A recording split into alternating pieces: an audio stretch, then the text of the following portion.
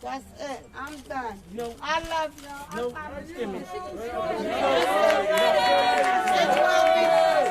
Now, would you just asked the question, right? No, hold on.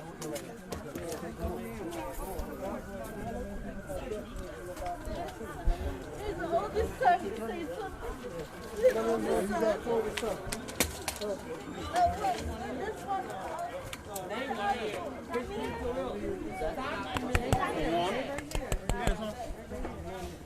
Kids can say these kids.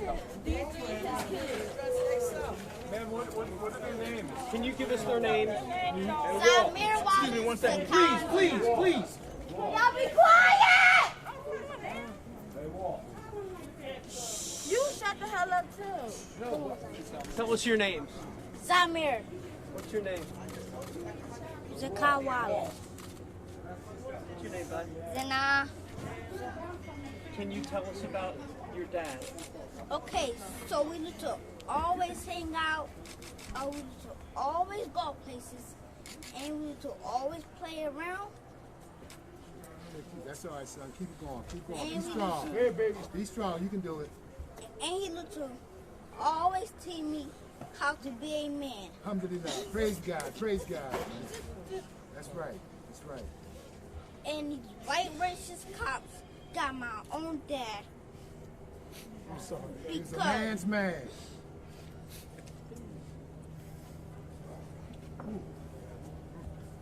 And black life still matters. Amen. It's good, man. It's good, cousin. Stay strong, man. Yes, King. That's it. Good job. Very good, son. Anything else we can help you with this evening? What's the mom's name? Dominique. Dom. Just give them your full name, please. Just give them your full name. Dominique Wallace. How do you spell Dominique? Q-U-E on the end. I'm sorry? Walter's mother is Dominique. No, Walter's mother's Kathy. Kathy, yes. With a K or? C. Anything else?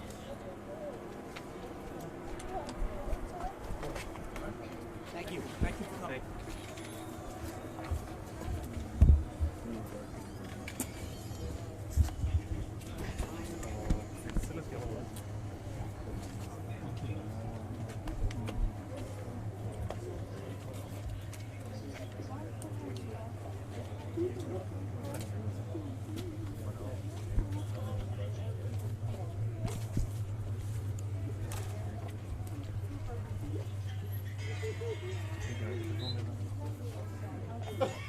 Anybody have any last minute questions before we 9 children, and he was married. The young lady who just spoke so eloquently before you is his wife. I know that's not popular because sometimes you look upon folks and you think, well, maybe that's a wifey or baby mom. No, that's his wife. He married that woman. He made her honest. And that's why her last name is Wallace. It's Dominique Wallace, his wife. What were some of his passions? To live. I can tell you that for certain. Come on, right? And one of his passions, clearly, from this young soldier who just stood in front of me, was to raise his children. And I didn't have to know him to see that. I see the offspring. I see the product of his work. And so when your kid can stand up in front of cameras and lights and speak that 24 hours after you were murdered on the streets, essentially in front of him, because it's all over social media, the kids are exposed to it. If your kid can be that solid 27 hours later, I know that one of his passions was pouring into his sons, that's for sure. My mother mentioned something about the phone call and how she mentioned something maybe that he had some mental issues that the police knew already. Can you clarify that? What happened in the phone call? With respect to the mental issues, and you saw one family member was emotional about it because it can be used disparagingly. But my client was a mental health patient, and I say that because it's not disparaging. As a matter of fact, I wonder where are these special interest groups that usually come out of the woodworks during these times. If he had some fancy capital letter acronyms behind him, people would be all out of the woodworks and championing his cause. The man was suffering. He was on doctor's care. He was on a regimen of lithium, etc. And so, you know, and the police were here earlier that day. And I find it extremely, extremely, it's emotionally taxing to think about how you could call for assistance and wind up with the people who you called killing you. I can't even conceive the concept. I just can't. Shaka, who called police the third time? The third time, the police were called by his brother. His brother called the police, and, well, let's strike that. Time out. Very good question. Let me answer it properly. Law enforcement was called because they wanted an ambulance to come here. They wanted an ambulance. The police are who arrived first. So the call that was initially put into 911 dispatch was for medical intervention. That's what it was for. The police are who arrived. And then you see what happened. Medical intervention was still needed because he got hit. Medical intervention was still wound up being needed. You understand me? So the ambulance never made it.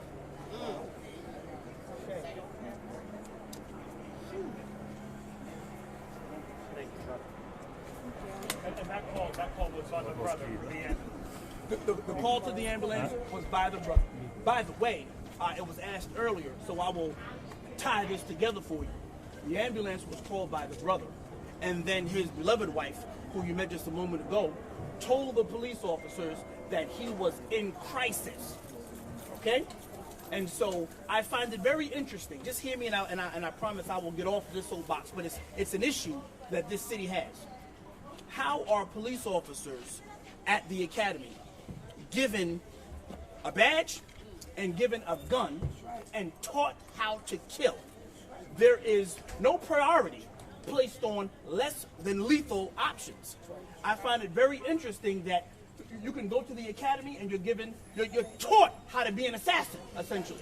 That's essentially what happens. And the reason we know that is because when you come to a scene where somebody is in a mental crisis, the only tool you have to deal with it is a gun. That's the problem. I would have a problem if my carpenter came to my house with only a hammer. Right. Where's your screwdriver, sir? Where is the proper tool for the job? You have to leave my home. But you can patrol our city streets and arrive at a place where a person is in mental crisis and employ your pistol. I have a problem with that. And I tell you this as well. The police department should have a problem with that because they are setting their officers up for failure. If you ill-equip someone and ill-train someone, woe unto police officers. I'm not saying anything disparaging, particularly at this moment, against the officers who did the shooting because they were ill-prepared. They were sent into a situation ill-prepared. They didn't have the training and they didn't have the tools to do the job effectively. And as such, a man was murdered. Was there any attempt to try and de-escalate the situation, or did they just move? You and I, this is the beauty of these particular moments here.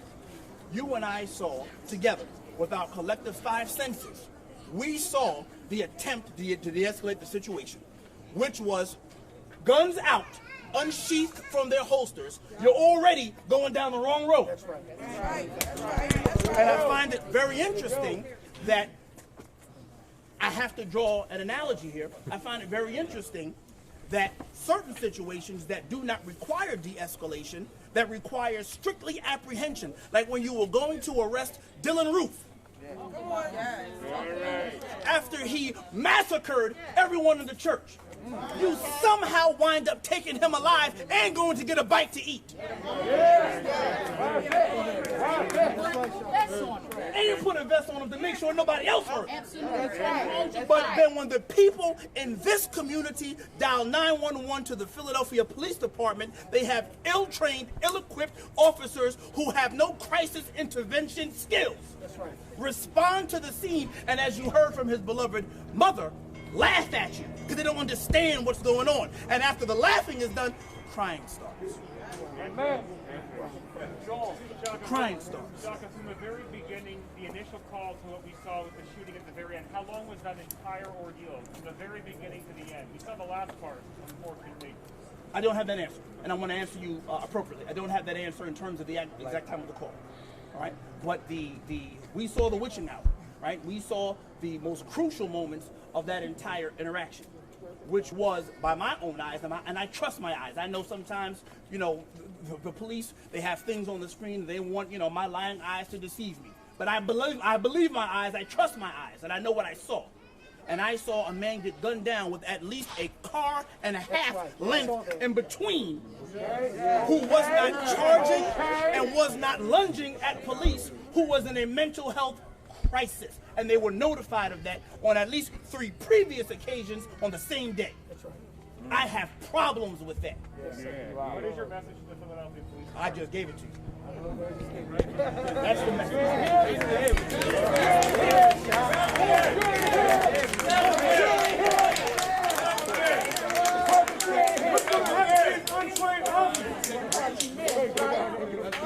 What's going to happen to these untrained officers?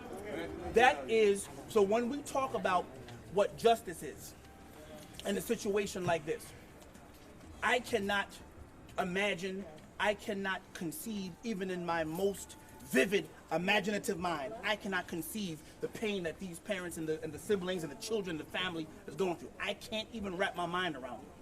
So when you ask, I'm going to ask you a question now. When you ask a parent, what do you like to happen? I'll tell you the answer I was given earlier. The impossible. I want my son back. What do I do with that? Pastor, where you at? What do you do with that? When somebody asks you for the impossible. Lazarus. Should I go there? I won't. Go there. Go there. Go there. Go there. What I'm explaining to you, sir, is that the only justice that can come out of this, quite frankly, to honor the death because he was gunned down like a dog in the street, in the dirty Philadelphia street, he was murdered. The only justice that can come out of this is full reform for the Philadelphia Police Department and adequate training. Every officer in the Philadelphia Police Department needs to be CIT trained and issued an electronic control weapon as a less than lethal option. Evaluation when they get out on the street to see how they're doing. That too. They need psychological evaluations as well. Oh, well, psychological evaluations are, let me tell you what you need. Psych evaluation, what you need is an option to go to. If you don't have a less than lethal option to go to, you are setting your officers up. I read the presser from John McNesby. I read it. Right? And as turned as my stomach was when I read it, as insensitive as it was, as diabolical as it was, I read it. Okay? And what I'll say is, if you care so much about your police officers, you care so much about them, you want, I'm sure you were there patting backs and it'll be okay, we're going to stand by you, the FOP's got your back. I'm sure all that took place. If you really have the back of your police officers, stop sending lambs to slaughter in terms of sending them out without the proper training, education, and equipment. Are they from the neighborhood? Have they been around here before? They were there 3 times that day. And so that's as much of the neighborhood as you need to be from when you come back and kill someone. Are you planning on any announcements tomorrow, any more press conferences? I'll see how I feel when I wake up. I don't know. Good answer. Thank you. Yeah, good answer. Yeah.